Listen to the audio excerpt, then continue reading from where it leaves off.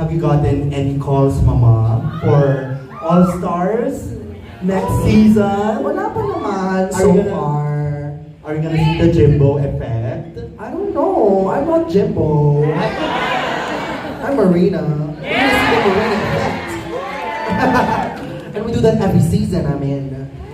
But yeah, you know, hindi naman mag-close yung doors ko. Probably the perfect timing. Because now I just really wanna, you know, kunin lahat ng pinagtrabahuhan ko for the past 2 years. Correct. Ay lalabas ko muna yung sarili ko sa competition mode for a while. Kasi it's been 3 years, or almost 4 years na nasa competition mode yung utak ko.